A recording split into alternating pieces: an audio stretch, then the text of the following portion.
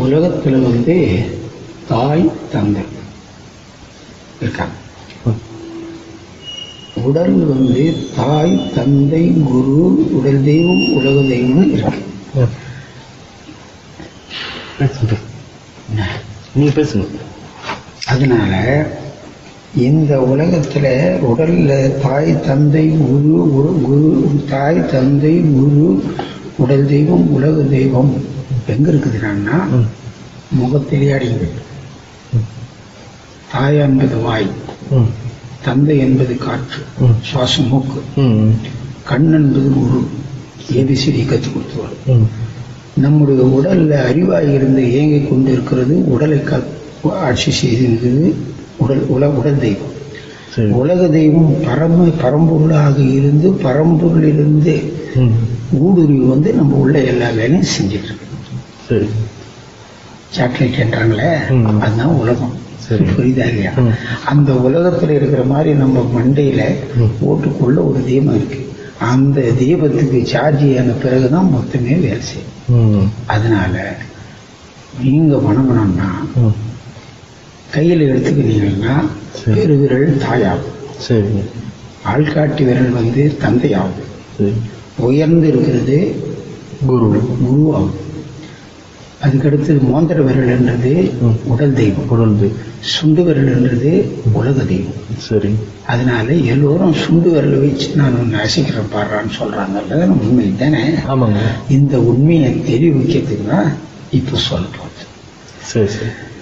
அதனால நீங்க வெளியூர் போனாவோ இல்ல சின்ன குழந்தைங்க வளர்ற வயசுல இந்த மாதிரி கண்டி சொல்லி கொடுத்தா அவன் நம்பிக்கையோட பார்ப்பாங்க, நல்லா படிப்பான், உலகத்துல நன்மையை செய்வான், நல்லவையை நடப்பான். வழிமுறை முதல் நல்லா இருந்தா வளர்ப்பு கடைசி வரைக்கும் அவனை தெளிவாகும். அதனால்தான் நீங்க செய்யணும்னா பெருவிரல அம்மா உலகத்தில் உள்ள பொருளெல்லாம் சத்தாக்கி என்னை வளர்த்து உலகத்திற்கு அனுப்பிய என் தாய்க்கு நன்றின்னு சொல்லணும். நமஸ்காரம். புரியுதா? வாயாண்ட வச்சு அதுக்கு பிறகு காத்து மூக்காண்ட வச்சு அப்பா உலகில் உள்ள பொருளெல்லாம் வித்தாக்கி என் தாய் வயிற்றுக்கு அனுப்பி என் தந்தைக்கு நன்றி. என் தாயும் தந்தையும் உம்மிடம் அனுப்பினர்கள் என்னுடைய அறிவின் தெளிவடைந்து உலகத்தில் கல்வி கற்றுக் கொடுத்த என் குருவுக்கு நன்றி. உலகத்தில் பரம்பொருளாயிருந்து எல்லா நிலையும் வரும் வகையில் என்னுடைய பூர்வ மையத்தில் நின்று அறிவாக இயங்கிக் கொண்டிருக்கும் என் உடல் தெய்வத்துக்கு நன்றி. உலகத்தை காத்து நல்ல முறையில் தெளிவாக்கி உலகை பாதுகாக்கும் என் பரம்பொருளுக்கு நன்றி. பரம்பொருள் பரத்துல ஒரு பொருள் இருக்குதுன்னா அதுதான் பரம்பொருள். அதனால்தான் உலகத்துல வாழ்ந்தது யாருன்னா முதல் தெய்வம் ஒளி.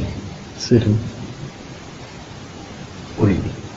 அந்த ஒளியானது ஊடுருவி 6 இடத்துல இருந்து அறிவை தெளிவுபடுத்துது, நெஞ்சுக்கு உறுதியை கொடுக்குது, இருதயத்தில் எல்லாம் செயல்பட வைக்குது, வயிற்றில் இருந்து மணிப்பூர்வமாக ஜீரணிக்குது.